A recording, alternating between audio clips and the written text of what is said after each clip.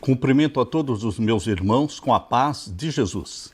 Seja bem-vindo ao estudo da lição número 13, Por toda a eternidade. Antes de começar, vamos orar. Pai querido que estás nos céus, aqui estamos na Tua presença, buscando a Tua bênção. A bênção que Jesus prometeu. Não muito depois destes dias, vocês serão batizados pelo Espírito Santo.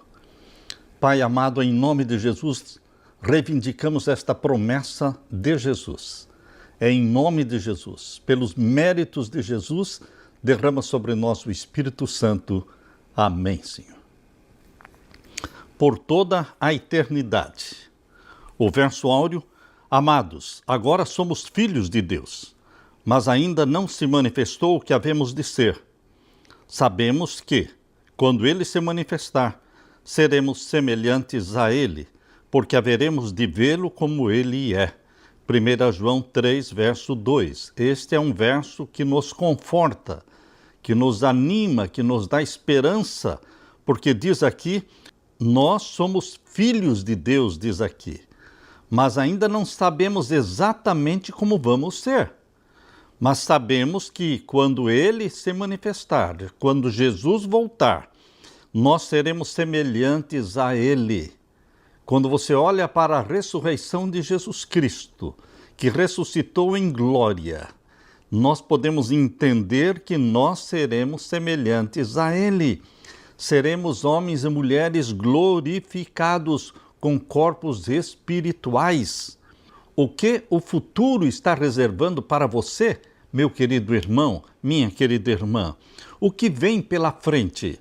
Pensar nisso pode ser, ao mesmo tempo, desafiador, empolgante, assustador e também maravilhoso. Mas, lembre-se, Jesus é fiel, suas palavras são verdadeiras.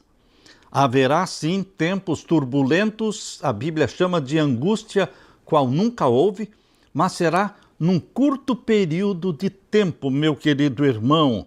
Jesus prometeu que jamais nos deixará, nem nos abandonará. Ele fica com você o tempo todo. Eis que eu estarei convosco todos os dias, até a consumação dos séculos. Ele cumprirá plenamente aquilo que ele prometeu. Sempre foi e sempre será assim. Aquele, porém, que ficar firme até o fim, esse será salvo. Mateus 24, verso 13. Não é começar a corrida animado, é perseverar na corrida. Mesmo que você caia, você se levanta e você continua nesta jornada para o céu. Independentemente de quantos dias ainda nos restem aqui na terra, precisamos fixar os nossos olhos em Jesus, o autor e consumador da fé, mantendo nele o nosso olhar. Isso nem sempre é fácil para você ou para mim. Vivemos num mundo que tenta nos distrair todo o tempo, mas, como Davi afirmou, os meus olhos estão sempre voltados para o Senhor, pois só Ele tira os meus pés da armadilha. Salmos 25 e o verso 15. Nesta semana, meu querido irmão e irmã, vamos estudar a recompensa dos salvos. Você tem uma recompensa, Deus prometeu isso. Em Mateus capítulo 5, verso 12, em Apocalipse 22, verso 12, Deus tem uma recompensa para o seu povo, para os filhos do Altíssimo. Como será o céu? Você não viu o céu ainda. Nós nunca pisamos ali, mas Deus prometeu um céu real, de verdade. E por fim, quão extraordinário será estar com aquele que nos criou, Jesus Cristo, Criador nosso, Salvador nosso, que assumiu a forma humana, que morreu por você e por mim, nos redimiu do pecado e em breve Ele voltará cumprindo a promessa: eu irei, mas eu voltarei e vos levarei para mim mesmo, para que onde eu estiver, vós também estejais. Esta promessa dá ânimo para você continuar vivendo, meu querido irmão, olhando para o céu. Estamos vivendo na terra, mas a nossa cidadania é o céu. É de lá que nós esperamos o nosso Salvador. Aleluia! Na parte de domingo, vivendo o hoje. Não vivemos o ontem e também não vivemos o amanhã, mas nós vivemos o tempo que Deus nos dá, que se chama hoje. Hoje é o dia da salvação. Quando olhamos ao nosso redor, vemos um mundo que está em convulsão, sofrendo diante dos sinais que Jesus predisse que se cumprem diante dos nossos olhos. São guerras, rumores de guerras, nações contra nações, fomes, pestes, terremotos, perseguições se multiplicam e parecem estar apenas se intensificando com o passar do tempo. Os sinais preditos em Mateus 24, 6 a 11, estão acontecendo ao nosso redor. Sim, vivemos dias solenes, dias em que precisamos cultivar um relacionamento permanente com o nosso Pai Celestial. As Escrituras nos advertem, dizendo: o fim de todas as coisas está próximo. Portanto, sejam prudentes e estejam alertas por meio das suas orações. 1 Pedro, capítulo 4 e o verso 7. Se essa exortação já era válida no passado, quanto mais hoje precisamos fortalecer e aprofundar nosso relacionamento pessoal com Jesus. Afinal, por mais longeva, por mais longa que pareça ser, a vida humana sempre é breve, muito breve. Escutem agora vocês que dizem: hoje ou amanhã iremos para a cidade tal, e lá passaremos um ano e faremos negócios e teremos lucros. Vocês não sabem o que acontecerá amanhã. O que é a vida de vocês? Vocês não passam de neblina que aparece por um instante e logo se dissipa. Isto está em Tiago, capítulo 4, verso 13 e 14. Tiago escreveu de uma forma muito realista do que é a vida. A vida é como uma neblina que se dissipa. Que advertência verdadeira essa! Você que agora lê estas palavras pode não estar vivo ao fim deste dia. Podemos morrer a qualquer instante. Essa é a dura realidade de viver em um mundo de pecado. Por isso, é essencial assegurar diariamente nosso relacionamento com Deus e viver consciente da nossa necessidade dele e da sua graça salvadora. Quero meditar com você agora no Salmo 80. Abra sua Bíblia no Salmo 80.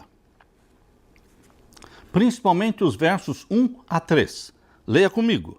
Dá ouvidos, ó pastor de Israel, tu que conduzes José como um rebanho, tu que estás entronizado acima dos querubins, mostra o teu resplendor diante de Efraim, Benjamim e Manassés, desperta o teu poder e vem nos salvar. Restaura-nos, ó Deus, faze resplandecer o teu rosto e seremos salvos. E agora os versos 14 a 19.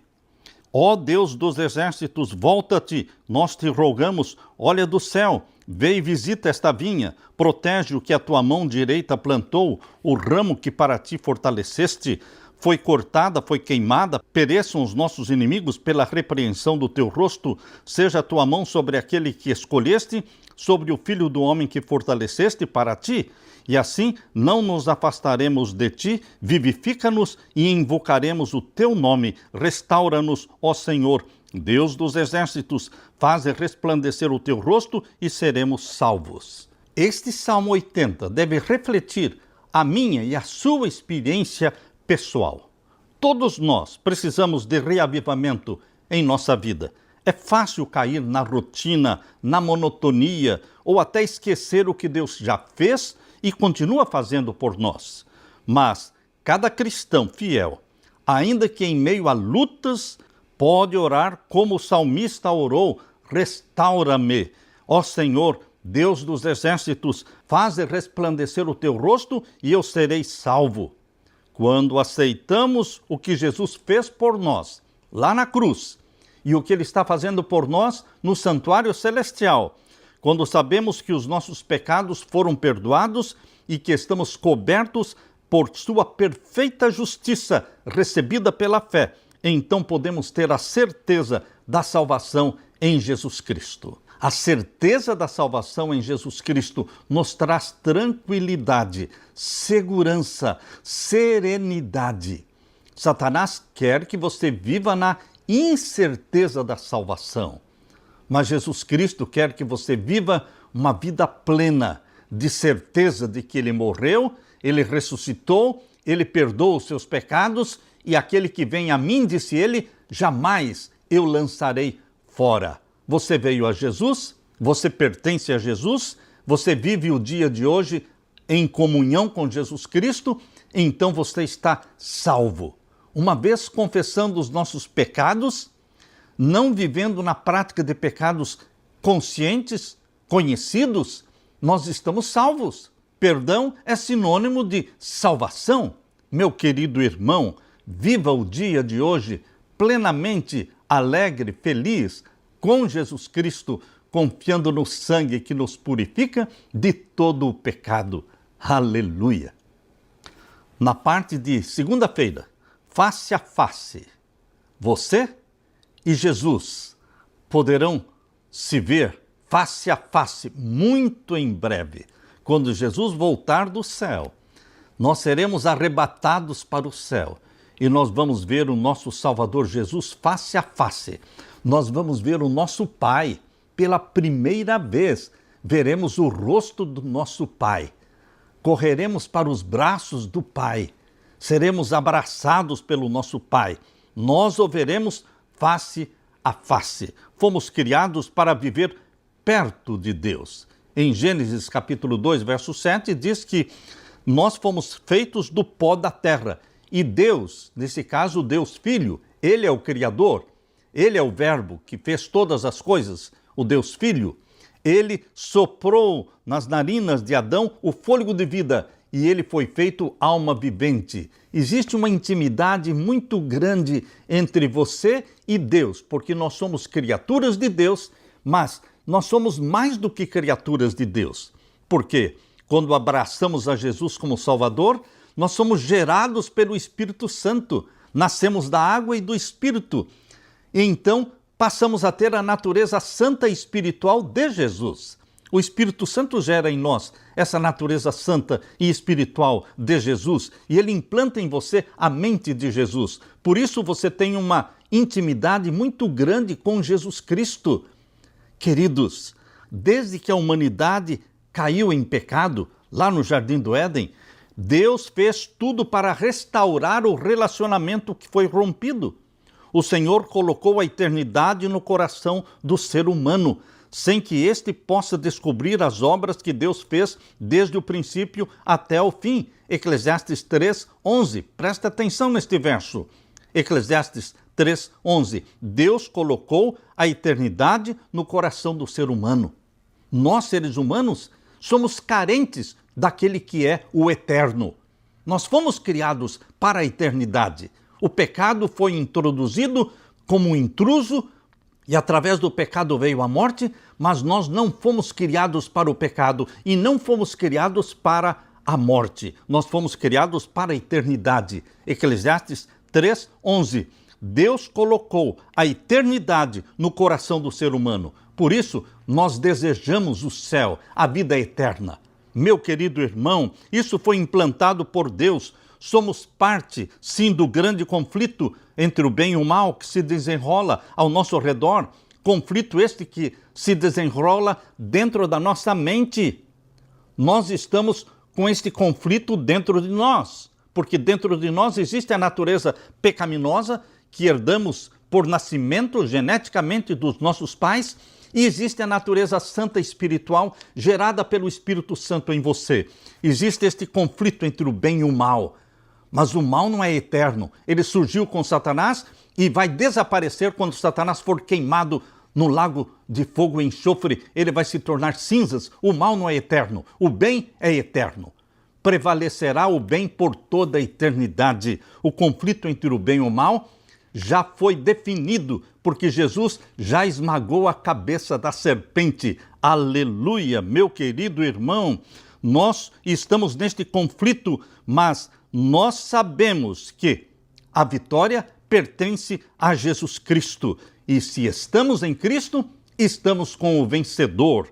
Muitas vezes ficamos tão obcecados com as lutas e as provações terrenas que nos esquecemos do que a palavra de Deus nos diz. O que ela diz? A nossa cidadania, porém, está nos céus. Não importa se você mora no Brasil, ou nos Estados Unidos, ou qualquer outro país do mundo. A nossa cidadania verdadeira é o céu. É o céu, de onde esperamos ansiosamente o Salvador Jesus Cristo, que transformará este nosso corpo humilhado, este nosso corpo doentio, cheio de fragilidades e de doenças. Ele transformará esse nosso corpo humilhado, tornando-o semelhante ao seu próprio corpo glorioso. Porque assim como Jesus ressuscitou glorificado, nós também seremos glorificados. Aqueles que morrerem serão ressuscitados já glorificados.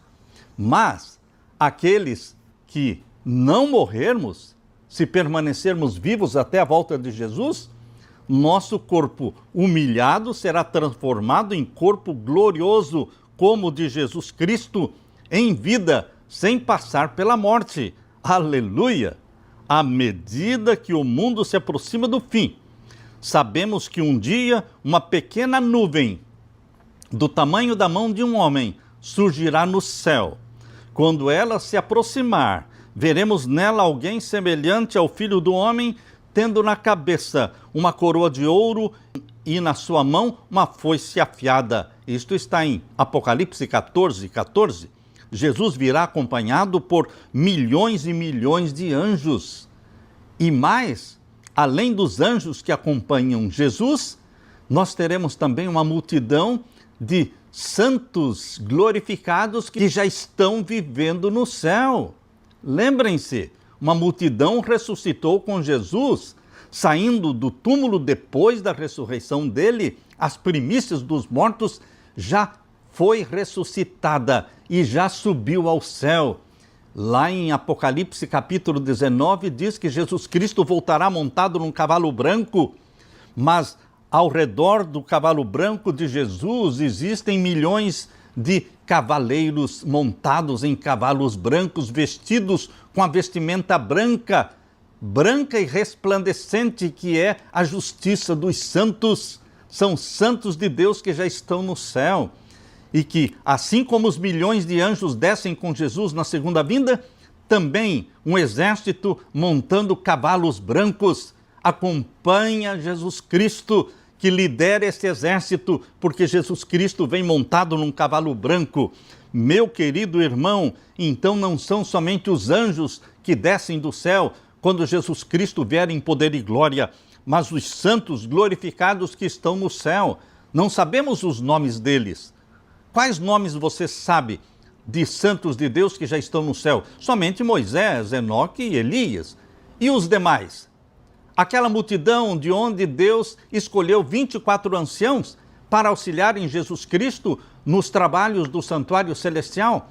Estes 24 anciãos, obviamente, foram escolhidos da multidão que ressuscitou com Jesus Cristo, como primícias dos mortos.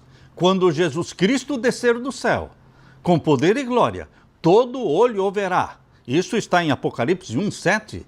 Olhos de amor contemplarão Jesus Cristo. Nós vamos derramar lágrimas de felicidade porque estaremos contemplando o nosso Jesus. Mas olhos de terror e de espanto também contemplarão Jesus Cristo descendo do céu com poder e glória. Porque os ímpios contemplarão quem é aquele que eles desprezaram. Por isso, Mateus capítulo 24, verso 29 e verso 30 diz que todas as nações da terra, incluindo os ímpios, eles contemplarão Jesus Cristo vindo nas nuvens do céu.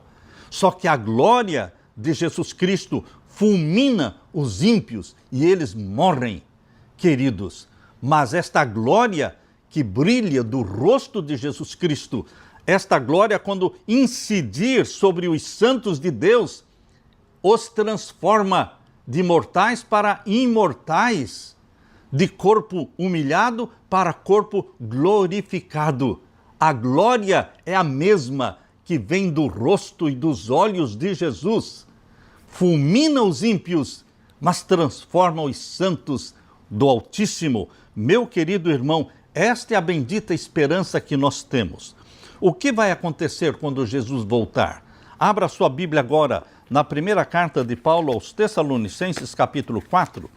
Primeira carta de Paulo aos Tessalonicenses, capítulo 4, verso 13. Irmãos, não queremos que vocês ignorem, ou seja, sejam ignorantes com respeito aos que dormem. Há muita ignorância em relação aos mortos, mas o povo de Deus que crê na Bíblia não é para viver nessa ignorância, para que não fiquem tristes como os demais que não têm esperança. E o verso 16 diz, porque o mesmo Senhor, dada a sua palavra de ordem, ouvida a voz do arcanjo e ressoada a trombeta de Deus, descerá dos céus e os mortos em Cristo ressuscitarão primeiro. Os que morreram em Cristo participam da primeira ressurreição. Apocalipse capítulo 20, verso 6, diz que a primeira ressurreição é para arrebatar-nos para o céu, onde vamos viver com Cristo por 1000 anos. Esta é a primeira ressurreição, é a dos salvos. É a ressurreição daqueles que irão para o céu para viverem com Cristo 1000 anos. Esta é a primeira ressurreição. Mas fala também no verso 17 aqui de 1 Tessalonicenses 4, verso 17, depois nós, os vivos, ou seja, todos aqueles que não passarem pela morte, terão que ser transformados também antes de serem arrebatados para o céu. Depois nós, os vivos, os que ficarmos, seremos arrebatados juntamente com eles. Eles quem? Do verso 16. Os que morreram em Cristo ressuscitarão primeiro. Depois nós, os vivos, juntamente com eles, seremos arrebatados para o céu. Por isso diz aqui, seremos arrebatados juntamente com eles entre nuvens, para o encontro com o Senhor nos ares. Vamos encontrar Jesus não na terra, nem numa cidade, nem num monte. Vamos encontrar Jesus nos ares. E assim estaremos para sempre com o Senhor. Portanto, consolem uns aos outros com estas palavras. Estas palavras são de consolo, de ânimo, meu querido irmão. Por isso, meu querido irmão, a mensagem de conforto de Paulo aos Filipenses. Filipenses capítulo 2, versos 10 e 11. Vejam, chegará um momento na história do plano da salvação. Chegará um momento no conflito entre o bem e o mal, em que a Bíblia diz que todo joelho se dobrará diante de Deus. Todos os joelhos se dobrarão diante de Deus. Quando isso vai acontecer? No final dos 1000 anos. Quando acontecer a segunda ressurreição, que é dos ímpios, os ímpios serão ressuscitados, conforme diz Apocalipse capítulo 20, verso 5. Apocalipse 20, verso 5 diz, e o restante dos mortos não reviveram até que os 1000 anos passaram. Ou seja, acabando os 1000 anos, o restante dos mortos, que são os ímpios, ressuscitam. E agora os ímpios ressuscitam sob a liderança de Satanás, vão cercar a cidade santa, a Nova Jerusalém, que desceu do céu. Tudo isso está relatado ali em Apocalipse capítulo 20. Apocalipse capítulo 20, verso 9 em diante, diz que Satanás enganará as nações dos ímpios e eles vão cercar a cidade santa que desceu do céu. Mas eles não vão tomar a cidade. Por quê? Porque Deus vai fazer com que todos parem e assistam o filme da vida deles. Deus vai passar um filme. Os céus se transformam numa tela panorâmica e Deus vai mostrar o filme da história da expulsão de Lúcifer do céu, da queda de Adão e Eva, do sacrifício que Abraão fez de Isaque quando Deus proveu para ele um cordeiro. Deus vai mostrar numa tela todo o plano da salvação, todo o conflito entre o bem e o mal, a morte de Jesus na cruz, os primeiros séculos do cristianismo. Queridos, tudo vai aparecer na tela. Os ímpios se veem na tela e vão ver quantas oportunidades eles tiveram, quantas chances Deus deu para eles de serem salvos e eles não quiseram a salvação. Por isso, meu querido irmão, antes de Satanás e os seus anjos e todos os ímpios serem mortos e queimados, antes disso, eles vão reconhecer que Deus é justo. Todo o joelho vai se dobrar diante de Deus, inclusive Satanás e os demônios e todos os ímpios, Por isso, o que está aqui em Filipenses capítulo 2, versos 10 e 11, aqui diz: para que, ao nome de Jesus, presta atenção no que está escrito aqui, para que, ao nome de Jesus, todo joelho se dobre, nos céus, na terra e debaixo da terra. Todos vão se ajoelhar, salvos, redimidos, ímpios, perdidos, demônios e o líder dos demônios, Satanás. Todo joelho se dobrará e confessará que Jesus Cristo é Senhor, para a glória do Deus Pai. Toda língua confesse que Jesus Cristo é Senhor, para a glória de Deus Pai.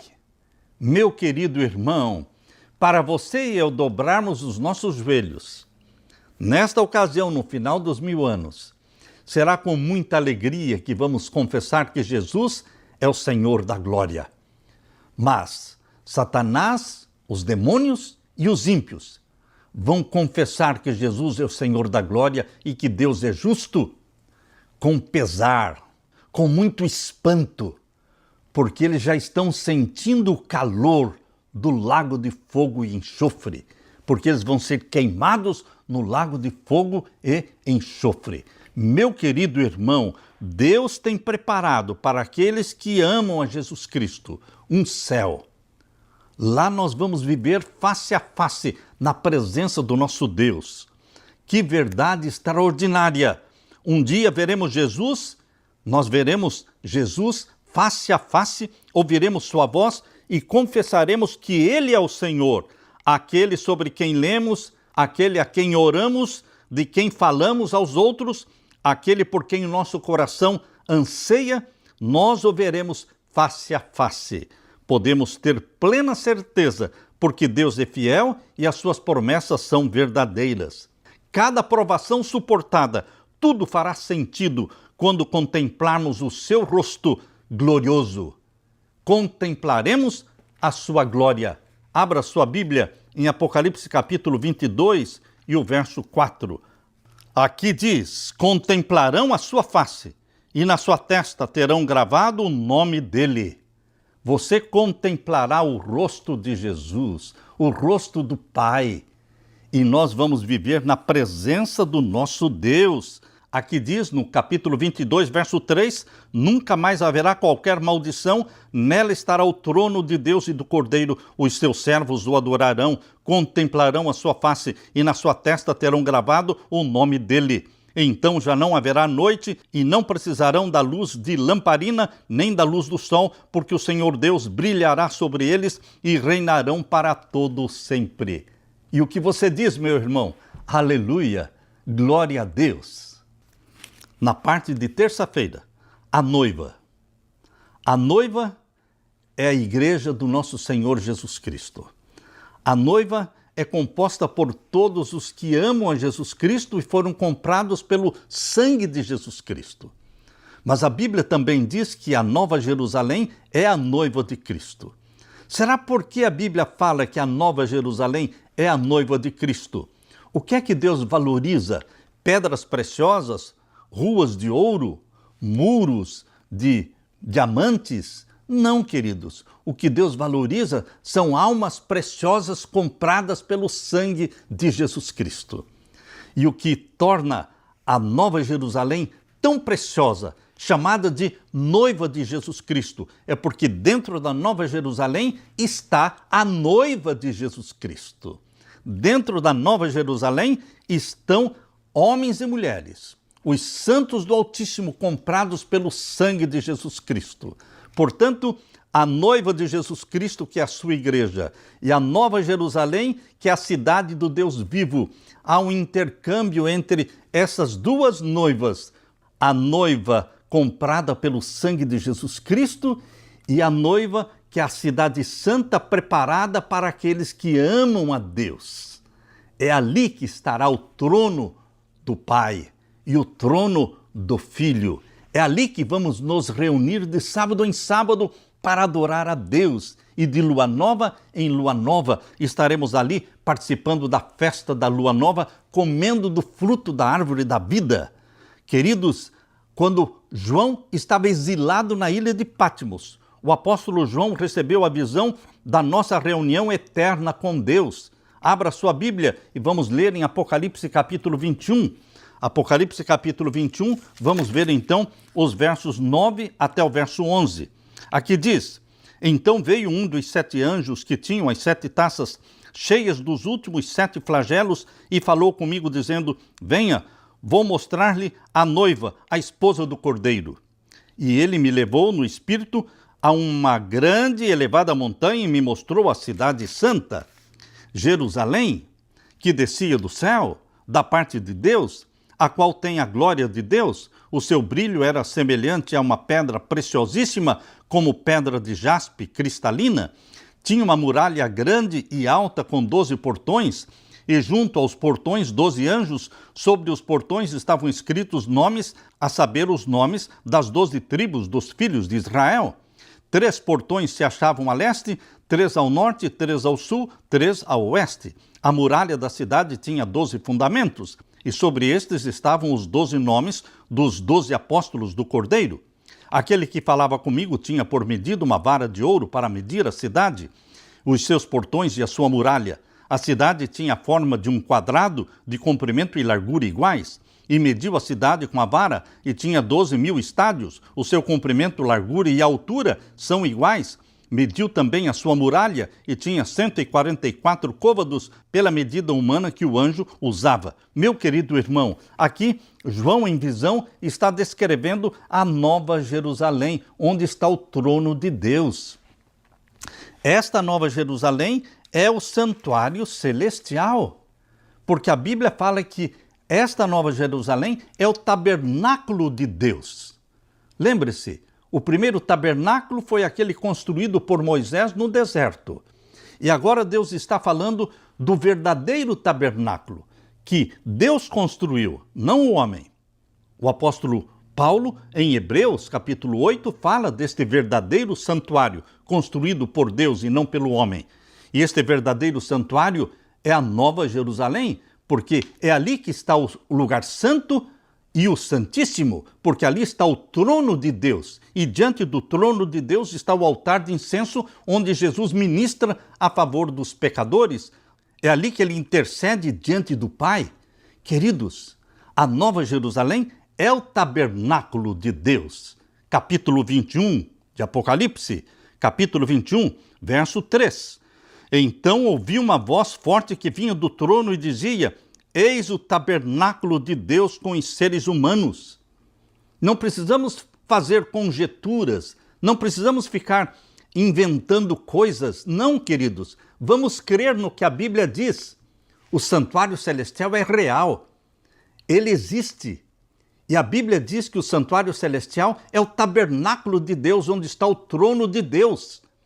E aqui diz que a Nova Jerusalém é o tabernáculo de Deus. Capítulo 21, verso 3. Então ouvi uma voz forte que vinha do trono, dizia: Eis o tabernáculo de Deus com os seres humanos. Deus habitará com eles, eles serão povos de Deus, e Deus mesmo estará com eles e será o Deus deles. No dia do casamento, a noiva costuma estar muito bonita e todos querem ver a noiva. O casamento marca um novo começo para os noivos. Assim também será o nosso relacionamento com Cristo quando Ele voltar. Jesus está preparando um lugar para nós. João capítulo 14, verso 1 a 3. É um lugar tão maravilhoso que palavras humanas não conseguem descrevê-lo. A linguagem humana não consegue descrever a recompensa dos justos. Será conhecida apenas por aqueles que a contemplarem. Nenhuma mente finita consegue compreender a glória do paraíso de Deus. Embora não possamos compreender plenamente como serão o novo céu e a nova terra, Deus mostrou para João uma visão desse lugar, para que aguardemos com expectativa o casamento, que em breve acontecerá. Por isso, Paulo nos convidou: pensem nas coisas que são do alto e não nas que são aqui da terra. Colossenses 3, verso 2. Deus está preparando cuidadosamente esse grande evento e não deseja que o casamento nos pegue de surpresa. O casamento da noiva com o noivo. A noiva é a igreja do nosso Senhor Jesus Cristo e o noivo é Jesus Cristo. Mas a Nova Jerusalém também é chamada de noiva, porque ali dentro da Nova Jerusalém está o trono do Pai, o trono do Filho, e está ali a noiva de Jesus Cristo, comprada pelo seu sangue. Todo o universo testemunhará essa cena e nos uniremos ao noivo, a Jesus Cristo. Vamos participar das bodas do Cordeiro. As bodas do Cordeiro é o casamento da noiva e do noivo. Abra sua Bíblia em Apocalipse capítulo 19, verso 7 em diante. Alegremo-nos, exultemos e demos-lhe a glória, porque chegou a hora das bodas do Cordeiro e a noiva dele já se preparou. A ela foi permitido vestir-se de linho finíssimo, resplandecente e puro. A noiva é você, meu irmão, minha irmã. Nós seremos vestidos de linho finíssimo, resplandecente e puro, porque o linho finíssimo são os atos de justiça dos santos. Então o anjo me disse: escreva, bem-aventurados aqueles que são chamados à ceia das bodas do Cordeiro. E acrescentou: são estas as verdadeiras palavras de Deus. Você e eu estamos recebendo do nosso Pai um convite para o casamento. Neste casamento, chamado Bodas do Cordeiro, você é um convidado especial, porque você faz parte da noiva de Cristo Jesus. Você está recebendo este convite e você deve comparecer às bodas do Cordeiro. Você estará lá, para a honra e glória de Deus, para a alegria de todo o universo. Este casamento será um evento majestoso. Nós não temos todos os detalhes, mas nós temos o convite em nossa mão. Você aceita o convite que o Pai está colocando na sua mão para as bodas do Cordeiro? Meu irmão e minha irmã, que você diga: eu aceito o convite das bodas do Cordeiro. Eu estou dentro desta festa de casamento, porque eu também fui comprado pelo sangue de Jesus Cristo. Aleluia! Na parte de quarta-feira, seguindo o Cordeiro, colados no Cordeiro. Onde for o Cordeiro, nós o seguiremos. Alguém já lhe perguntou sobre o que você mais espera na eternidade? Se você perguntar a uma criança o que você espera encontrar lá no céu, ele poderá responder para você: o que eu mais desejo lá no céu é montar num tigre, ou então escorregar no pescoço de uma girafa, ou então voar para outros planetas. Um adolescente poderia dizer para você: o que eu mais desejo no céu é que eu não vou ter mais tarefas escolares. Um adolescente poderia também falar: eu quero passear no céu com meus amigos sem o risco de violência. E um grupo de adultos talvez responda: eu quero viver num lugar em que não há dor, sofrimento nem morte. Eu quero rever meus amigos a quem eu amo. Todas estas respostas são boas, são verdadeiras. Temos muito a aguardar no novo céu e na nova terra, mas o desejo maior nosso é contemplar a face de Jesus Cristo. Meu maior desejo é contemplar Jesus Cristo, abraçar Jesus Cristo, conhecer o rosto do Pai, conhecer o rosto do Pai Celestial. Que outras bênçãos poderemos receber na eternidade? A Bíblia diz em Isaías, capítulo 25, e o verso 8: tragará a morte para sempre, e assim o Senhor Deus enxugará as lágrimas de todos os rostos, e tirará de toda a terra o vexame do seu povo, porque o Senhor falou.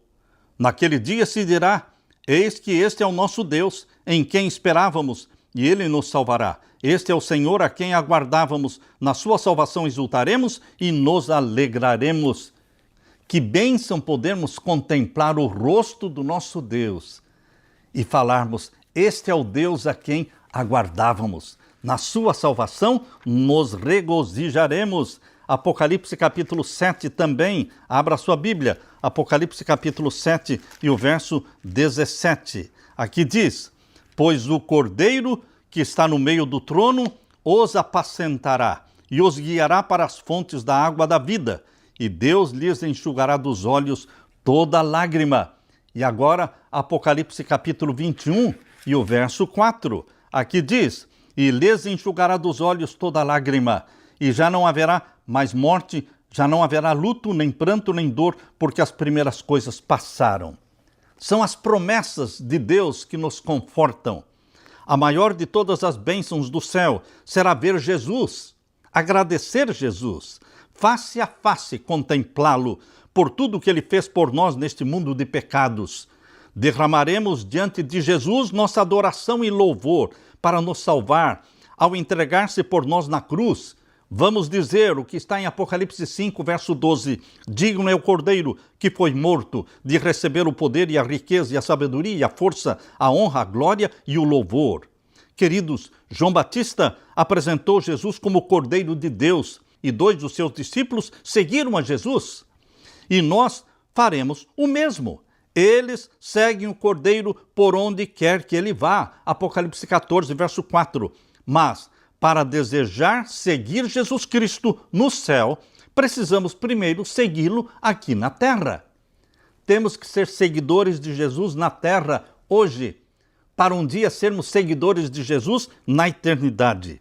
Como seu povo, como suas ovelhas, o seguiremos para sempre, desejando estar continuamente na sua presença. A Bíblia destaca uma característica marcante do povo de Deus. Diz assim: na sua testa terão gravado o nome dele. Apocalipse 22, verso 4. Somos propriedade de Jesus, tendo na testa o nome dele gravado. Em outras palavras, teremos a mente voltada para Deus e somente para Deus, seguindo o Cordeiro por onde quer que vá. Assim também estamos seguindo Jesus Cristo, Cordeiro de Deus, aqui na terra. Seguidores de Jesus. Siga-me, Jesus dizia para os seus discípulos. Siga-me, Jesus está dizendo para você. Siga-me hoje, para me seguir também na eternidade. Aleluia! Na parte de quinta-feira, venha. A esposa diz, vem. O Espírito diz, vem. E aquele que ouve, diga, venha. E aquele que quiser, tome de graça da água da vida. Apocalipse 22, 17. Há pessoas que pensam que Deus predestinou alguns para a salvação, outros para a perdição. Não, meu querido irmão. Deus já predestinou todo ser humano que nasce no planeta Terra para a salvação. Todos nascem já tendo um Salvador que morreu na cruz por eles. Jesus morreu por você e por mim antes de nascermos. Então, já nascemos destinados à salvação. Deus não predestina ninguém para a perdição. A perdição vai acontecer para milhões e milhões de pessoas, mas por decisão e escolha dessas pessoas. As pessoas que rejeitam a oferta que Deus, o Pai, está fazendo de ser salvo em Jesus Cristo. Os que rejeitam a oferta que o Pai está fazendo através de Jesus. Estes estão escolhendo a perdição. Mas esta é uma escolha voluntária, a dos perdidos. O lago de fogo e enxofre, Jesus falou claramente. O lago de fogo e enxofre foi preparado para o diabo e os seus anjos. Mas então por que teremos milhões e milhões de seres humanos sendo queimados no lago de fogo e enxofre? Conforme diz em Apocalipse capítulo 20 e no capítulo 21 também. Ah, queridos, porque o lago de fogo e enxofre preparado para o diabo e os seus anjos, muitos seres humanos posicionaram-se ao lado de Satanás, rejeitaram a Jesus Cristo, falaram como Anás e Caifás falaram. Lembram que quando Anás e Caifás, confrontados por Jesus, eles disseram, não temos outro rei senão César. Rejeitaram o rei dos reis, que é Jesus Cristo, e se posicionaram ao lado do imperador de Roma. Meu querido irmão, eles vão se perder por escolha própria. Por escolha divina, Deus salvaria a todos, porque o sangue de Jesus é todo suficiente para salvar todos aqueles que nele creem. Mas por escolha humana, muitos vão se perder. Não podemos lançar sobre Deus a responsabilidade dos perdidos. A responsabilidade dos perdidos pertence aos perdidos. Por isso Deus deu livre-arbítrio para todos, mesmo para Lúcifer. Ele também tinha liberdade de escolha. Ele escolheu se rebelar contra Deus. E assim também os ímpios decidem se rebelar contra Deus. Mas Deus está convidando você para a salvação. Venha. Lemos então em Mateus capítulo 11. Mateus capítulo 11, os versos 28 a 30. Aqui diz: venham a mim, todos vocês que estão cansados, sobrecarregados, e eu os aliviarei. Deus não discrimina. Deus não escolhe uns e rejeita outros. Deus chama todos. Mas alguns não aceitam o convite de Deus. Mesmo no caso de Jacó e Esaú, que muitas pessoas citam o caso de Jacó e Esaú, porque Deus desprezou Esaú e escolheu Jacó. Ora, Esaú vendeu a sua primogenitura. Jacó pecou também, mas se arrependeu. Esaú pecou também, mas não se arrependeu. Ele vendeu a sua primogenitura. Ele é chamado na Bíblia de profano. Queridos, foi Esaú que escolheu a perdição. E foi Jacó que, embora fraco, mentiroso, falso, se arrependeu dos seus pecados e se agarrou ao anjo do concerto, se agarrou a Jesus Cristo e disse: eu não te deixarei se não me abençoares. Meu querido irmão, minha querida irmã, todos nós, todos os seres humanos que nascem nesta terra, nascem com o convite do Pai Celestial: venha, tome de graça da água da vida. O Espírito Santo deseja atrair a todos para Jesus. Cristo convida você a permanecer nele todos os dias até a sua volta. Quando você responde a este chamado com o coração sensível e a mente rendida, encontra a paz. Você sabe que por mais indigno que se sinta, ele o ressuscitará no último dia, mesmo que você morra. Jesus promete: o que vem a mim, de modo nenhum lançarei fora. João 6,37. Precisamos sentir a urgência de cooperar com o Espírito Santo para chamar outras pessoas a um relacionamento salvador com Jesus. O Espírito e a noiva dizem: vem. Aquele que ouve, diga: vem. E aquele que tem sede, venha e tome de graça da água da vida. Apocalipse 22:17. O convite é para todos e é gratuito, oferecido pela graça. Quando recebemos Jesus em nossa vida e o amamos de todo o coração e de toda a alma e de todo o entendimento e com todas as forças, nossa história aqui na terra e na eternidade é transformada para sempre. Enquanto Jesus nos convida a ir a Ele, as últimas palavras da Bíblia nos garantem: certamente venho sem demora. E então nós respondemos: amém. Ora vem, Senhor Jesus. Apocalipse 22, verso 20. Quão breve, do nosso ponto de vista, será a volta de Jesus? Ora, meu querido irmão, quando nós fecharmos os olhos na morte, o próximo instante, o próximo segundo, será a volta de Cristo. E, considerando quão rápido a vida passa, Jesus virá para nós sem demora. Talvez nosso primeiro pensamento na ressurreição seja: Senhor, afinal, a tua volta foi mesmo muito breve. É verdade, agora vemos como em espelho, de maneira imperfeita, mas naquele dia o veremos face a face. Aleluia por isso! Não desanime, irmão meu, irmã minha. Espere no Senhor, mantenha esse anseio vibrante, com fé e confiança no amor e na bondade de Deus. Vem, Senhor Jesus, ora vem, Senhor Jesus.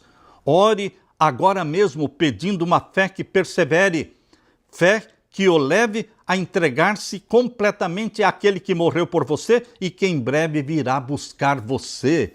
Meu querido irmão, a minha oração cada manhã tem sido: Senhor Jesus Cristo, o que eu mais desejo é a tua breve volta.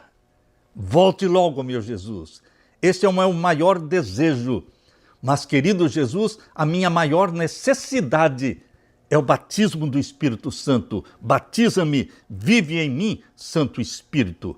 Meu querido irmão, eu deixo para você esse desafio. Ore desta forma. Querido Jesus, o que eu mais desejo é que o Senhor volte logo, muito breve. Mas o que eu mais necessito hoje é o batismo do Espírito Santo. Batiza-me em teu nome, eu suplico, Jesus amado. Amém e amém. Deixo com você, meu irmão, minha irmã, a paz do meu Jesus. Amém.